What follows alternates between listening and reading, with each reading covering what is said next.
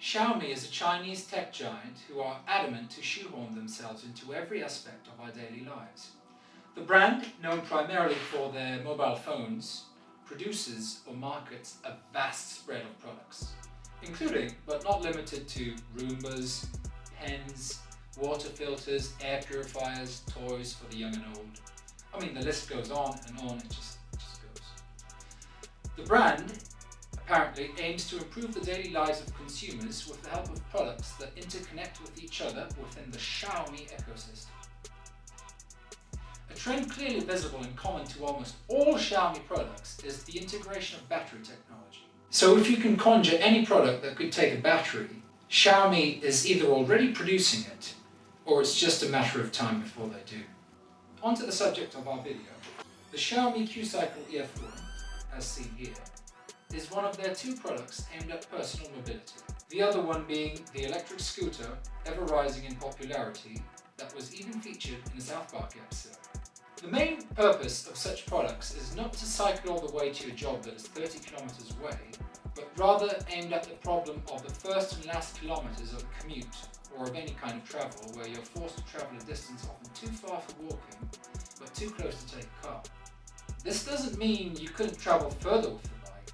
It's more than capable with its 3-speed Nexus Hub and 4 modes of electric assist you reach by toggling the front hub motor through the small computer on the left side of the handlebar. The 4 modes are 0 assist, where you pedal like a normal bicycle, 50% assist, where in layman's terms the motor pedals half a pedal for every pedal you do, 100%, and finally 150% assist. I live in a city and neighbourhood famous for its short and steep streets, and can confirm the bike was able to climb the steepest hills in the 150% boost mode without the rider, me, breaking a sweat. These hills included 13% hills, 15% hills, so it's not a problem. The caveat being I'm 70 kilos or 154 pounds. Larger gentlemen might have a different experience. The hub motor does not help when not pedaling, as the bike system is designed as pedal assist rather than being a diminutive twist-and-go electric bike. It must be said, if you're used to riding normal bicycles or going fast on your road bikes, this kind of two-wheel transport requires you to alter your driving style somewhat. Rather than focusing on your speed, the bicycle makes you ask, how can I get where I'm going with minimum effort and without breaking a sweat? So unless you shift gears in your mentality, expect to climb off the bike drenched in sweat like I was after the first couple of rides I did. But not to fret, adapting to the new style of riding does not take too long. Even though the range of the bicycle is advertised as 45 kilometers, that is if you use eco mode. The medium setting shaves 15 kilometers off the range, while boost mode only affords you about 15 kilometers. I was able to get 40 kilometers out of the motor under mixed use. By the way, the bike will not exceed 25 kilometers an hour even if you want it, as the motor cuts off. Charging takes around 3 hours. The quality of the bicycle and its parts is at an acceptable level. Going on to the folding feature, which is a must for using mass transit.